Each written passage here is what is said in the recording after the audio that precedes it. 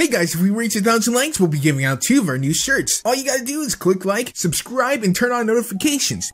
What is up, guys? It is me, Faith and Luminous, here with another top 10 list. This time we're doing another Steven Universe themed one because you guys know, while we do love the poems, we're not all just about them. I'm sure somewhere down the line I'll be doing Star Verses and more Adventure Time stuff, because those videos have actually done pretty decently well, especially given the fact that my main core audience is still poems. But today, it's all about the gems, yes, the genderless gems, even though they refer to themselves as females, identify as females, and, you know, everything like that.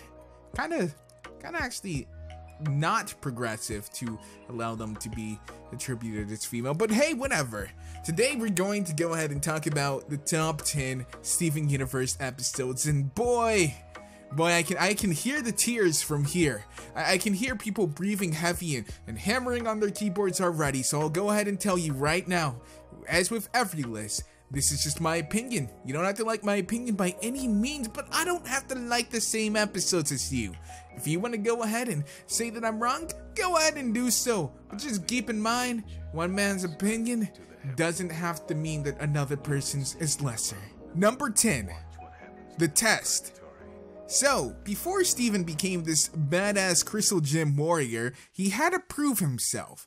Unfortunately, the gems are kind of like mother figures for him, because he doesn't really have just one. You see, they kind of want to coddle him and keep him safe, and sending him into the line of battle isn't exactly doing that. And they're a little bit better than Ash's parents from Pokemon, because they kind of send him into the wild with no supervision or money and expect him to make his way. They're kind of doing the exact opposite. So, without spoiling too much, they do devise a test, but the test is something that's literally unfailable, something that he could not lose to. It's kind of pretty much there just to give him an ego boost. I understand that they did it out of love, but at the same time, it must hurt. Number 9, Giant Woman.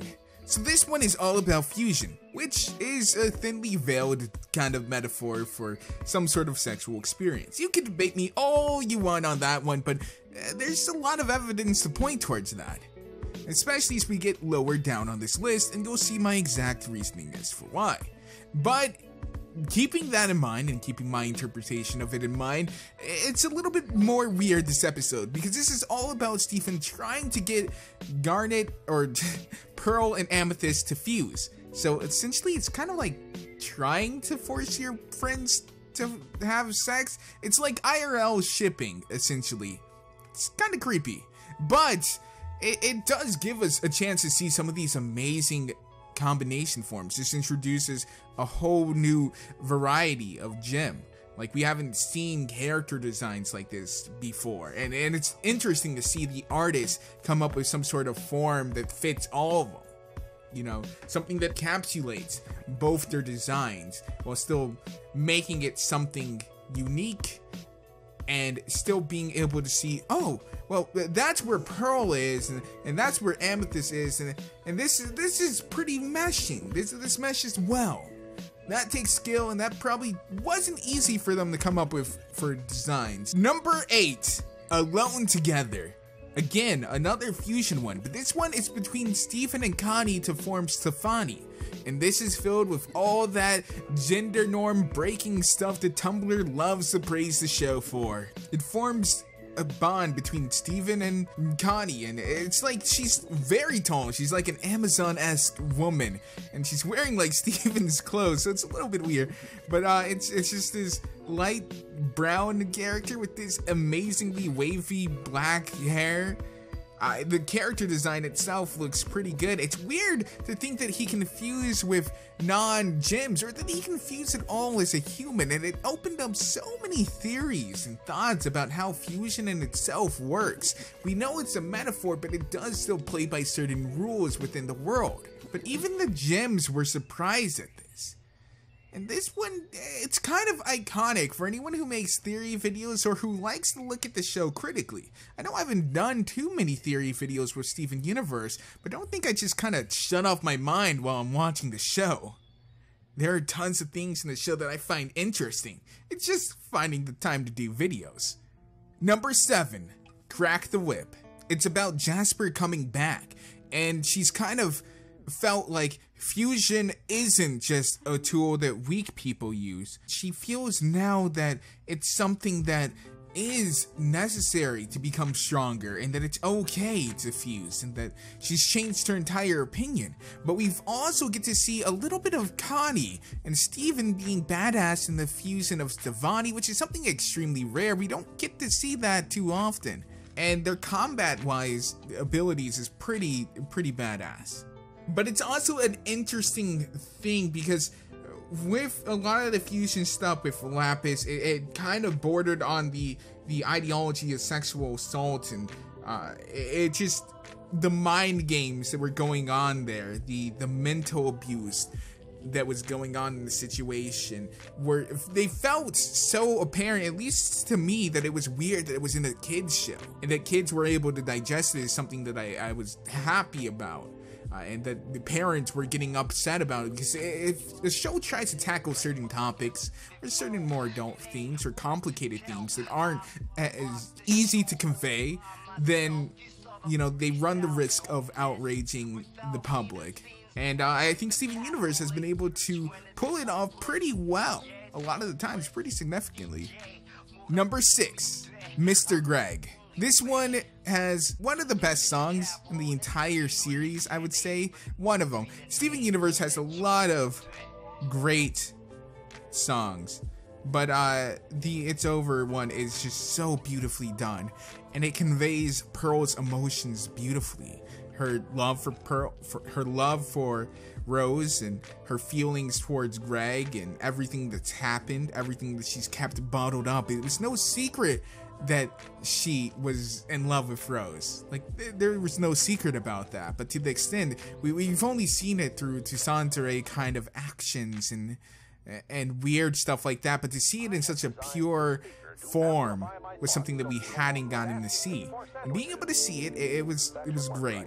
It honestly was an expertly well done episode that was through and through well done, from music to writing to everything in between. Number 5, Barnmates. This was one of the few Lapidot episodes that we've gotten, and Lapidot is one of my favorite ships, so you know it was probably going to be on this list somewhere. Lapis and Peridot have an interesting dynamic. It's actually one that I enjoy way more than Rose and Pearl, or Ruby and Sapphire, or even Stefani. It's just one that I really gravitate to because it's two characters that I really enjoy.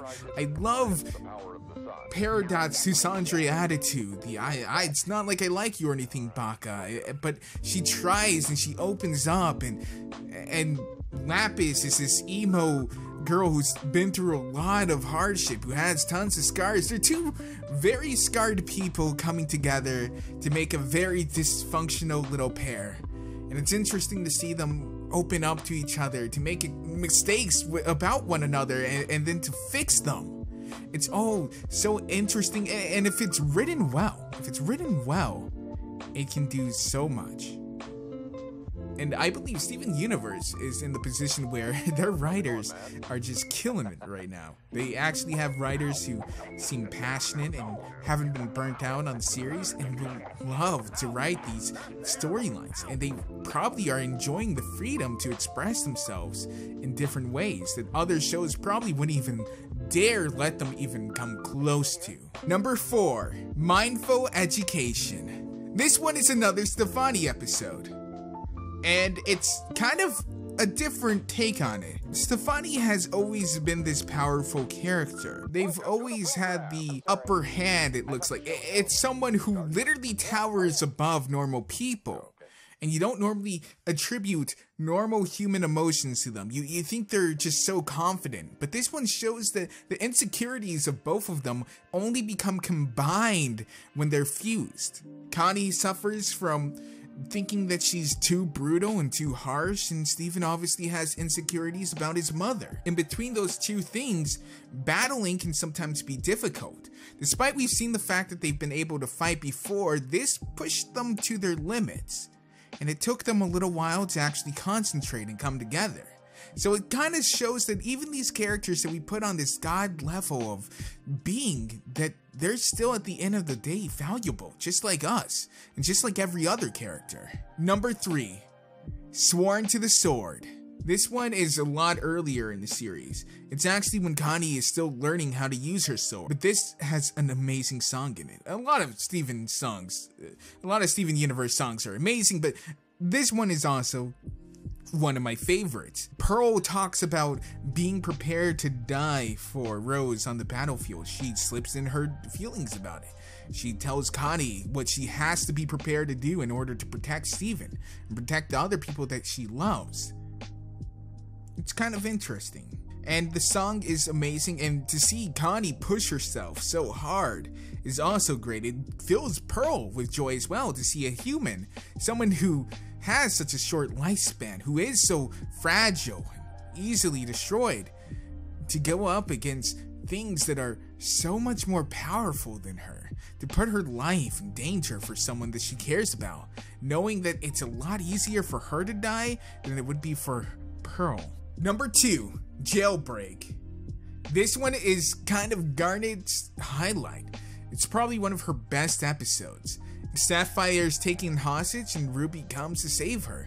And when they fuse back together, it's amazing. They were told that fusions were for weak people by Jasper, who obviously changed her mind later in the series. But they didn't give up. They knew that their love was strong, and they knew that they were stronger together than they could ever be separate. And they prove it while destroying Jasper in a fight, while singing an amazing song about how they'll never be taken down because they're stronger than she'll ever be. And the number 1 spot goes to Beach City Drift. It's another one that kind of solidifies the whole fusion as a sexual concept to me. There's a lot of moments in it where Steven relates that this antagonist guy, the guy who's kind of egging them on and teasing them and flirting with them in this very sexual harassing kind of manner. They won't take no for an answer and obviously can't tell that this person isn't interested. It kind of rides on that whole theory about the sexual nature of fusion. It kind of talks about topics of sexual harassment and the feelings that come with it. Now, don't get me wrong, I'm not an SJW by any means. I don't believe that someone saying humongous is sexual harassment, but the actual continued sexual harassment of unwanted advances constantly, non-stop, after being told that they're not interested in you, that they would rather you not do this. Whether you're male or female, it doesn't matter, and it's kind of highlighted by how hard it hits Steven as well. I guess that's just why Tumblr loves Steven Universe. Anyways guys, that's my list. Let me know what you guys think down below in the comment sections. Be sure to like this video if you enjoyed, and if you haven't subscribed, go ahead and do so. If you want to go ahead and share this out on Reddit or your blogs or anything like that, maybe you want to make fun of me, say like, oh god, this guy has the worst list ever, or you want to say, hey, this list is pretty good, or if you just want to share it out, that works too. I'll see you guys next time. Be sure to join the Discord server as well if you're interested in talking with other like-minded individuals who love Steven Universe, MLP, Star Versus, and everything else. Pick up a shirt as well if you're interested in that, because we do have a lot of merch. Links down in the description. I'll see you guys next time. Hey.